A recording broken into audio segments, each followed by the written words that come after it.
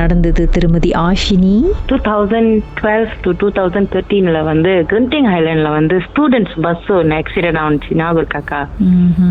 பாதி பேர் வந்து காப்பாத்தனவங்க வந்து ஹாஸ்பிட்டல் கோலாலம்பூருக்கு தான் கொண்டு வந்துருந்தாங்க. ஸோ அந்த இன்சிடென்ட்க்கு அன்னைக்கு வந்து நானும் ஆக்சிடென்ட் ஆகினேன் ஸ்டாப்பாக்ல பைக்ல. ஸோ நான் இருந்த பெட்டு கிளாஸ் 2, எல்லாரும் அந்த அக்கௌண்ட் ஏசிலாம் இருக்கும்ல. ஸோ 5 பேர் இருந்தோம் அந்த ரூம்ல. பின்னாடி இருக்கிற எல்லாருமே வந்து அந்த ஆக்சிடென்ட் ஆகி வந்தவங்க, அந்த ஹாஸ்பிட்டல்ல ட்ரீட்மெண்ட்லாம் முடிச்சுட்டு பாட்டுக்கு ஏத்தின பேஷண்ட்ஸ்லாம் இருந்தாங்க அங்க. ஃபர்ஸ்ட் டே வந்து ஒன்றும் நடக்கலக்கா, சூப்பரா போனுச்சுக்கா.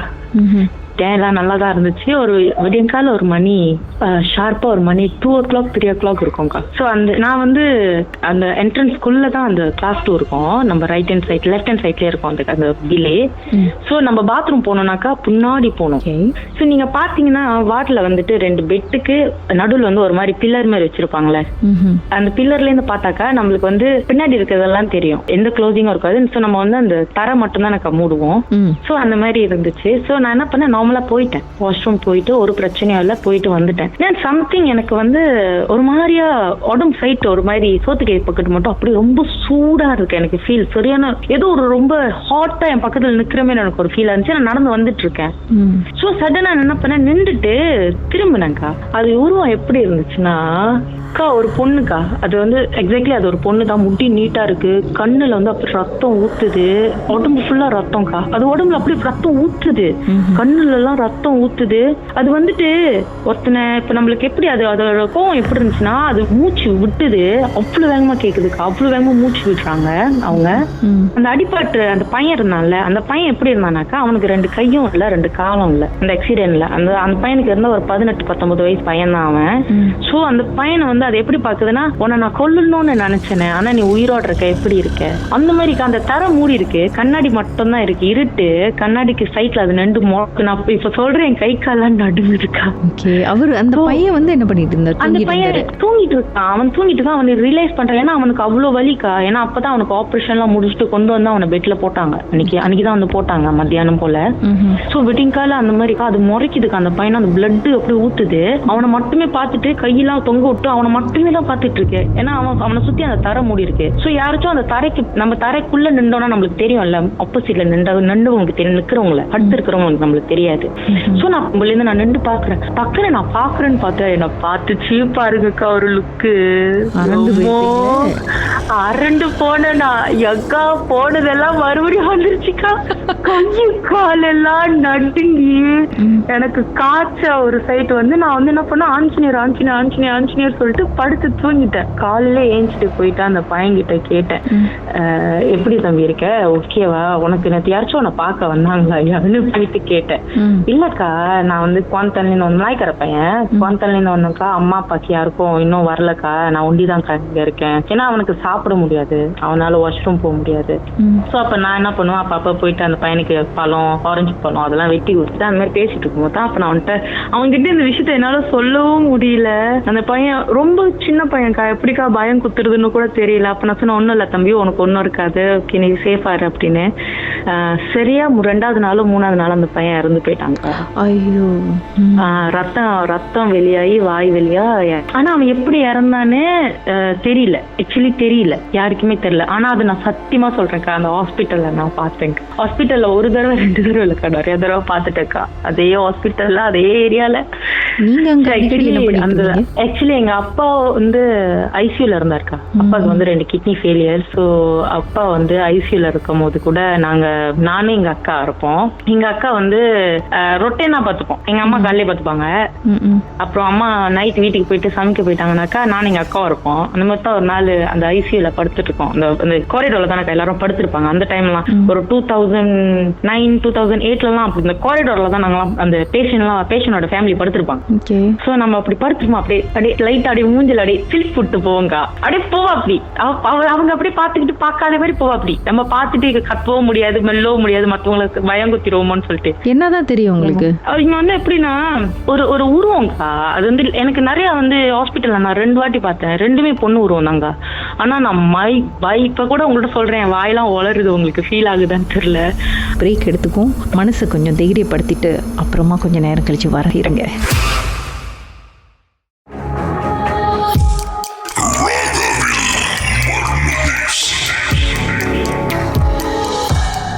ஒரு ஸ்டேட்மெண்ட் சொன்னீங்களா இது வரைக்கும் நீங்க பார்த்த உருவம்லாம் ஹாஸ்பிட்டல் ஒரே பெண் உருவம் தான் அப்படின்ட்டுன்னு. ஆமாக்கா, நான் வந்து அப்படியே ரொம்ப பேயா சுத்திட்டு இருக்காங்களோ? அப்படி இல்லக்கா. ஆக்சுவலி என்னன்னா, நான் சொன்னேன்ல அந்த அப்பா ஹாஸ்பிட்டல்ல இருந்தாரு அப்படின்னு சொல்லி, அந்த இன்சிடென்ட் நான் ஏன் சொல்றேன்னா, என்ன பிளாக்னு தெரியல, அந்த சிசியூ பக்கத்துல வந்து ஒரு வாட் இருக்கு.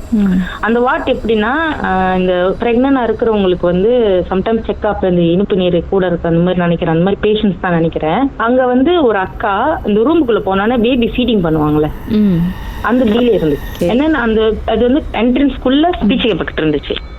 சோ நேரா போனோன்னா நர்ஸ் உட்காந்து இருக்கிற இடம், மற்றதெல்லாம் பேஷண்ட்ஸோட பெட். அந்த அக்கா வந்து பேபிக்கு வந்து பால் கொடுக்கும் போது அழுதுகிட்டே இருந்தாங்க.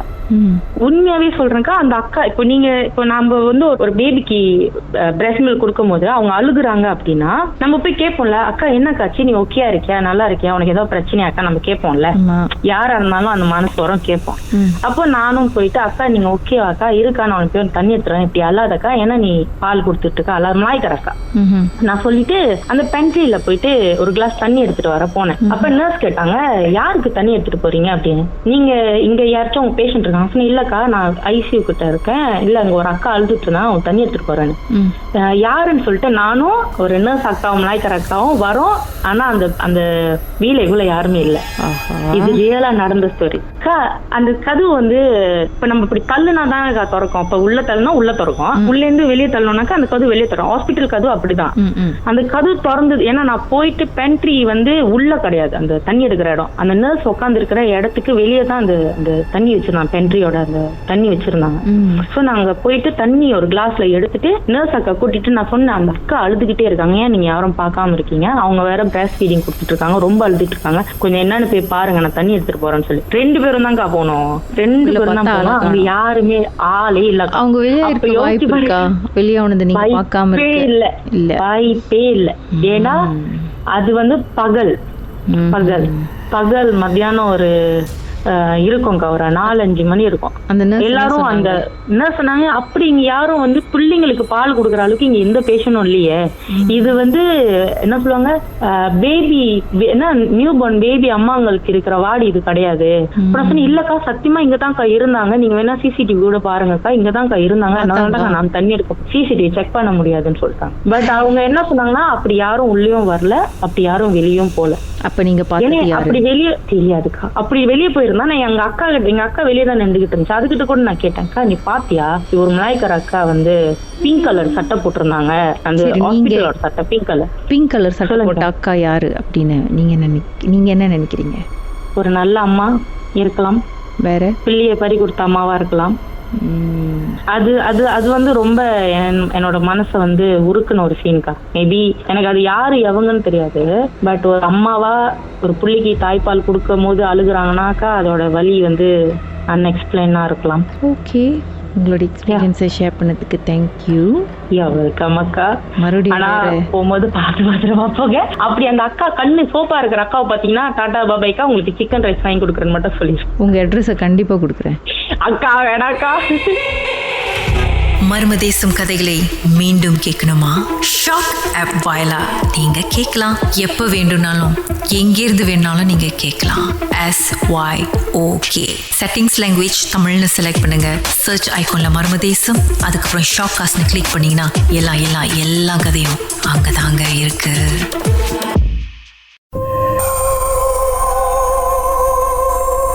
ராகவில் கீதாவுடன் மர்மதேசம். யுகீஸ்வரன், என்ன நடந்தது? நான் வந்து ஒரு கிராப் டிரைவருக்கா. ஸோ நான் வந்து 2020 வந்து கிராப் ஓடிட்டு இருக்கேன். ஸோ ஆக்சுவலி வந்து என்ன கதைன்னு பார்த்தீங்கன்னா, எனக்கு ஒரு 5 ஸ்டோரி இருக்கு, நான் உங்கள்கிட்ட ஷேர் பண்ணுவேன். இந்த 5 ஸ்டோரியில வந்து நான் முத ஒரு படியா வரேன். எல்லா ஸ்டோரியும் கனெக்டடா இல்ல வேற சாப்டரா? எல்லாமே ஒரு காடினால வந்த கனெக்டிவ் ஸ்டோரி தான். சரி, முதல் எபிசோட்.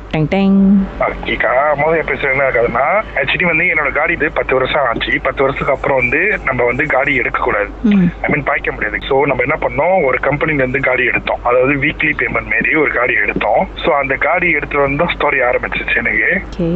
சோ இந்த காடி முதல் ஸ்டோரி என்னதுனாக்கா, நீங்க பைபாஸ் ராவாங் கேள்விப்பட்டிருக்கீங்களாக்கா?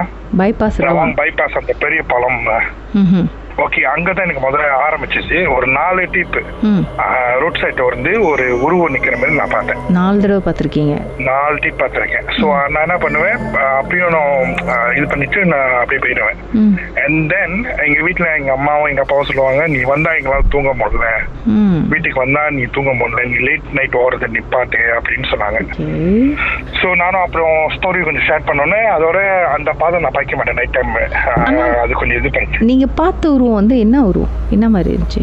அது ஆக்சுவலி ஒரு ஆள் மனசால் நிக்கிற மாதிரி தான். ஸோ ஏதோ ஒரு மனசால் உருவம் மாதிரி பார்த்திருக்கீங்க? மனசால் உருவம் மாதிரி பார்த்தேன். நான் ஒரே இடத்துல 4 டீ பார்த்தேன். நிப்பாட்டணும்னு தோணல உங்களுக்கு?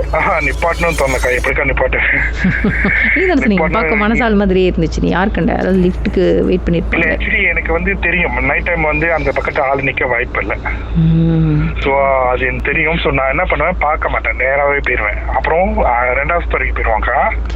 2வது ஸ்டோரி வந்து என்னன்னு பாத்தீங்கன்னா வந்து நான் வந்து ரெகுலரா ஒரு அக்காவை ஏத்துவேன். இந்த ஸ்டோரி எல்லாம் வந்து அந்த காடினால தான். அந்த காடி நான் ரெண்ட் எடுத்தல, அந்த காடினால தான் இந்த விஷயம்லாம் நான் பார்த்தேன். ஓகே, 2வது வந்து ஒரு அக்கா வந்து நான் ரெகுலரா ஏத்துவோம். பொட்டானிக்கல் இது தெரியுமா கார்டன்? பொட்டானிக்கல் கார்டன் சொல்லுவாங்க, கேல்சிசி கிட்ட இருக்கு. அப்ப அந்த அந்த அவங்களை ஏத்திட்டு அந்த பாதையில நான் அப்படியே வந்துகிட்டே இருக்கேன்க்கா. வந்துட்டே இருக்கும் போது திடீர்னு பார்த்தாக்கா பஸ் ஸ்டாப், அந்த பஸ் ஸ்டாப் இருக்கும். என் மின்னுக்கு நான் பாக்குறேன் ஒரு லேடி, ஐ மீன் அந்த பர்பிள் கலர் சட்டை போட்டுட்டு இந்த ஹாஸ்டல்ல யூனிஃபார்ம் இருக்கு பேஷண்டோட அங்க நிக்கிறாங்க. அப்ப நான் இந்த அக்காட்ட சொல்றேன், அக்கா இவங்க பாருங்க சம்திங் ராங், இவங்க இங்க நிக்கிறாங்க, ஹாஸ்பிட்டல் தப்பிச்சுட்டு வந்துட்டாங்களா அப்படின்னு. அவங்கள பார்க்க பேஷண்ட் மாதிரி இருக்கா? பேஷண்ட் மாதிரிக்கா. ஓகே.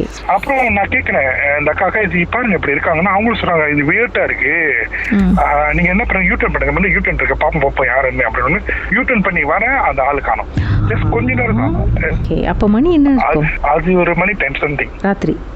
நைட்லாக்கா. மேபி அவங்க ஏதாவது கார் வந்திருக்கலாம், இல்ல வேற ஏதாவது. அந்த டைம் எந்த காடியும் இல்லக்கா, அந்த இடம் எந்த காடியும் இல்ல.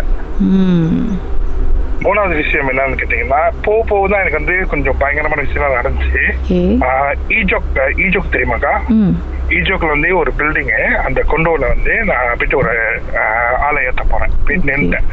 நம்ம அங்க போயிட்டு நின்று நம்ம வந்து ஒரு பட்டன் இருக்கும், நம்ம ஒரு நோட்டிபிகேஷன் கொடுப்போம் கஸ்டமருக்கு. நான் என்ன பண்ணிட்டேன், போய் நின்றுட்டு சரி வெயிட் பண்ணிட்டு இருக்கேன். மொதல் வந்து ஒரு கஸ்டமர் ஏறினாங்க, ஒரு பொம்பளை சைனீஸ் லேடி வந்து ஏறினாங்க. ஏறிட்டு அவங்க என்ன பண்ணாங்க, டிரைவர் சீட் பின்னால உட்காந்துட்டாங்க.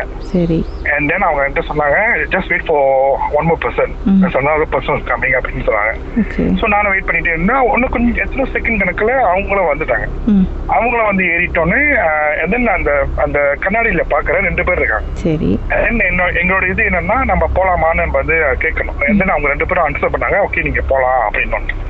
காடி எடுத்துட்டு கொஞ்சம் தூரம் தான் போயிருப்பேன். சடனா என்ன நடந்துச்சுன்னு தெரியல, ஒரு பிரேக் வச்சேன், காடி சுத்திருச்சு. காடி சுத்திருச்சு நடு ரோட்ல. and then thank god எதுவுமே ஆகல. எனக்கு கையில லைட்டா அடிபட்டுச்சு. இந்த 2வது வந்தாங்க அந்த கஸ்டமர், அவங்களுக்கு வந்து மண்டையில லைட்டா அடிபட்டுச்சு, சீட்ல வந்து இடிச்சுக்கிட்டாங்க.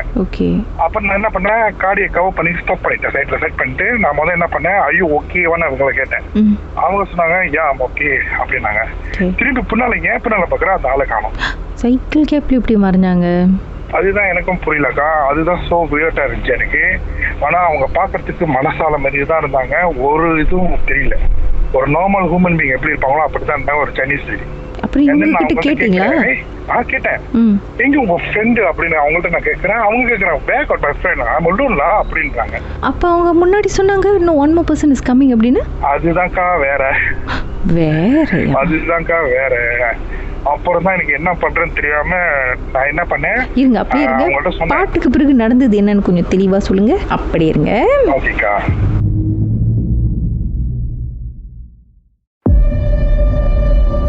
உச்சக்கட்ட அமானுஷ திகில் சம்பவம். திரு யுகேஸ்வரன், இவர் வந்து கிராப் ஓட்டுவார். இவர் ஒரு பேசஞ்சரை பிக்கப் பண்ணிட்டாரு. அவங்க சொல்லியிருக்காங்க அந்த சைனீஸ் லேடி, இருங்க கொஞ்ச நேரம் இன்னும் ஒருத்தவங்க வராங்கன்னு. அந்த ஒருத்தவங்களும் காரில் ஏறுறாங்க, வராங்க. போகிற வழியில் ஒரு சின்ன விபத்து. அதுக்கப்புறம் கார் ஓட்டி இறங்கி பார்த்தா பின்னாடி இருந்தது 2 பேர். ஆனால் உள்ள இருக்கிறது ஒரு ஆள் தான். அப்போ இன்னொரு ஆள் யாரு, எங்கே தெரியல. சொல்லுங்க சார், அவங்க எங்கே தான் போனாங்க, அவங்க யார், என்னாச்சு? ஓகே, அப்புறம் நான் அவங்கள்ட்ட கேட்டேன், எங்க உங்க ஃப்ரெண்டு இருந்தாலும். அவங்க சொல்றாங்க, இல்ல லோன் மை ஃப்ரெண்ட் அப்படின்னு கேட்கறாங்க. அப்ப நான் சொன்னேன், இல்ல நீங்க ஏறினவங்களுக்கு அவங்க தான் காலில் ஏறினாங்க, அவங்க தான் சொன்னாங்க என் ஃப்ரெண்டு வராங்க வெயிட் பண்ணுங்க அப்படின்னாங்க. நான் வெயிட் பண்ணிருந்தேன், அப்புறம் தான் நீங்க வந்தீங்க அப்படின்னு ஒண்ணு. அவ பயந்துட்டு கத்திட்டு ஒரு மாதிரி வாட் சொல்லிட்டு காடி விட்டு வெளியாகி 2 பேரும் ஓட்டுவோம். 2 பேரும் காடி அம்போன்னு விட்டு ஓடி போயிட்டீங்க. 2 பேரும் விட்டுட்டு ஓடிட்டோன்னு பெட்ரோல் அங்க மண்ணுக்கு பெட்ரோல் தான் பெட்ரோல் இருக்கு. அங்க போய் நின்றுட்டு நான் சொல்ல, பரவாயில்ல ஒண்ணும் இல்ல, அது என்னமோ சம்திங் ராங் இருக்கு, பரவாயில்ல நான் போய் விட்டுறேன், உங்க ஜாப் நான் டன் பண்றாங்க. அவங்க வரல. சோ அதுக்கப்புறம் நாங்க என்ன பண்ணோம், அவங்க இன்னொரு காடி எடுத்து போயிட்டாங்க. நான் வந்து கிராப்ல ரிப்போர்ட் பண்ணி, கிராப் என்ன சொன்னாங்க, ஒரு 20 நிமிஷம் இல்ல ஒரு ஹவர் வந்து நீ காடி ஓட்டாத, ஏதோ மாமா ஷாப்ல போயிட்டு உட்காந்துட்டு நீ தேர்தலை மறுபடி என்னோட கிராப் சென்டர்ல இருந்து இதுல இருந்து. அப்ப அவங்க என்ன சொன்னாங்க, ஒரு 2 ஹவருக்கு வந்து என் ஜாப்பை பாஸ் பண்ணிட்டாங்க. சோ உங்க கார்ல முதல்ல ஏறின பேசஞ்சரை தான் காணோம், ரைட்டா? அதுக்கு பதில் எனக்கு அவங்கள்ட்ட இருந்தும் கிடைக்கல, யார்கிட்ட இருந்து எதுவுமே கிடைக்கல. அதுக்கப்புறம் தான் எனக்கு பதில் கிடைச்சிச்சு. ஓகே, ஆஃப்கோர்ஸ் இந்த 2வது பேசஞ்சருக்கும் நடந்தது என்னன்னு ஒன்றும் புரியல, எனக்கும் புரியல. அப்புறம் நான் என்ன பண்ணிட்டேன், காடியை போய் மாமா ஸ்டார்ல போட்டு உட்காந்துட்டு நான் ஃப்ரெண்டுக்கெல்லாம் அடிச்சு ஹெல்ப் கேட்கறேன். இந்த மாதிரி வாங்க, நீ வந்து கூப்பிட்டு போங்க, எனக்கு பயமா இருக்கு. பேசிக்கலா நான் ஒரு பயந்தா குளிக்கா. சோ நான் என் ஃபேமிலி மெம்பர்ஸ் எல்லாத்துக்கும் அடிக்கிறேன். எல்லாம் தூரமா இருக்காங்க, வர முடியல. அந்த சைனீஸ் லேடி மோட்டர்ல அந்த பேசஞ்சர் இன்னொரு கிராப் எடுத்து போயிட்டாங்க, தப்பிச்சோம் போல்ச்சுன்னு ஓடிட்டாங்க. சரி, அவங்க தப்பிச்சா போதுன்னு சொல்லிட்டு ஓட்டாங்க, அம்போன்னு விட்டுட்டேன். அதுக்கப்புறம் அக்கா நான் என்ன பண்ணேன், எனக்கு ரொம்ப ஸ்ட்ரெஸ்ஸா இருந்துச்சு. என்னோட ஜாப்பை பாஸ் பண்ணிட்டாங்க. பிகாஸ் நான் ஸ்லாயாங் போனோம், என் வீடு ஸ்லாயாங்ல இருக்கு. ஸோ நான் வந்து ஸ்லாயாங் போய் ஆகணும். ஸோ எப்படி போறது, ஜாப் எல்லாம் போனாக்கா எனக்கு ரூகி ஒன்னு காடியில ஏறதுக்கு ரொம்ப பயமா இருக்கு, திரும்பியும் அதை ஏதாவது பண்ணிடுமா அப்படின்னு. ஸோ அதுக்கப்புறம் நான் என்ன பண்ணேன், அப்படியே பேசிட்டு போன்ல பேசிட்டு ஒரு வயசான அங்கிள் வந்தாங்க மோட்டர் பைக்ல. அவங்க வந்து எனக்கு கூப்பிட்டாங்க, இந்த மாதிரி ஐயா என்ன ஐயா நீங்க காடியை பார்த்து பேசிட்டு இருக்கீங்க அப்படின்னு. அப்புறம் நான் அவர்கிட்ட இந்த மாதிரி ஸ்டோரி யூஸ் பண்ணேன். அப்ப அவங்க சொன்னாங்க, பரவாயில்ல என் முன்னாடி கோயில் இருக்கு, நான் அவங்க கூப்பிட்டு போறேன் அப்படின்னு. நான் வரலன்னு காடி எடுக்கல, ஜன்னல் திறந்து விடுங்க, அப்புறம் காடி லைட் இருக்குல்ல காமையில அந்த உள்ளுக்கு லைட் இருப்பேன், அதை திறந்து விடுங்க, நீங்க எப்பனாலே வாங்க சொல்லிட்டு இவரு கூப்பிட்டு போறாரு. அவரு பின்னால போறோம், இன்னும் பயம் எடுத்துக்கிச்சு, நம்ம மனசால கூட தான் போறோமா இல்ல வேற யாரு கூட போறோமோன்னு சொல்லிட்டு அது ஒரு காட்டுக்குள்ள கூட்டு போறாருக்கா. காடியெல்லாம் சேராயிருச்சு, எனக்கு ஒன்னும் பயம் அதிகமாயிருச்சு. பட் என்ன ஒரு நல்ல நேரம்னா, அந்த கோயில்ல வந்து கரெக்டா அலப்பு. எனக்கு கோயில் அங்க இருக்குன்னு சொல்லி தான் கூட்டு போனாரு. அந்த டைம் வந்து கரெக்டா அலப்பு. நான் போறேன், ஆல்ரெடி அவங்க ஸ்டாண்ட் பை நிக்கிறாங்க. அதுக்கப்புறம் நடந்த விஷயம் அவர் சொன்னாரு, தெரியும்னு சொன்னாரு. எனக்கு எல்லாமே தெரியும் சொல்லிட்டு காடியை வந்து என்னமோ பண்ணாங்க. அப்புறம் என்னமோ பண்ணிட்டு அப்புறம் சொன்னாங்க, அது உனைய தேடி வந்துருச்சுன்னா முதல்ல உனக்கு காடி எடுக்க சொல்லிருக்கோம். அது உன்னைய தேடி வரல, அது கூட உள்ளது, அது கூட போனோம் தான். அது மேபி அதோட ஃப்ரெண்டா இருக்கலாம். எப்படின்னாக்கா மேபி அவங்களுக்கு அந்த பேசஞ்சர் இருக்காங்களா, அவங்களுக்கு க்ளோஸானவங்க யாராவது தவறிட்டாங்க, அந்த மாதிரி உள்ள இதெல்லாம் இருக்கலாம் அப்படின்னு அவங்க சொன்னாங்க. அதாவது உங்க கார்ல ஏறின செகண்ட் பேசஞ்சரோட தெரிஞ்சவங்க சம்பந்தப்பட்டவங்களா இருக்கும் அப்படின்னு. சம்பந்தப்பட்டவங்களா இருக்கலாம் அப்படின்னு சொன்னாங்க. அண்ட் தென் நான் அப்புறம் என்ன பண்ணிட்டேன், அப்புறம் நான் அவங்கள்ட்ட திரும்பி கேட்டேன். எல்லாம் என்னை பார்த்து சிரிக்கிறாங்க. என்ன பயம், என்ன நான் திரும்பி போனேன், திரும்பி எதாவது அட்டாக் ஆகுமா அப்படிலாம் ஒன்றும் இல்லை சொல்லிட்டு நான் போயிட்டேன்க்கா. அதுக்கப்புறம் 4வது விஷயம் இது, அதே காடி இதே கேட்டு இன்னும் கொஞ்சம் என்னது படப்படுப்பு அடங்கல. இருங்க, ஒரு பிரேக் எடுத்துட்டு மறுபடியும் பேசுவோம். அப்பா கண்டிப்பாக்கா.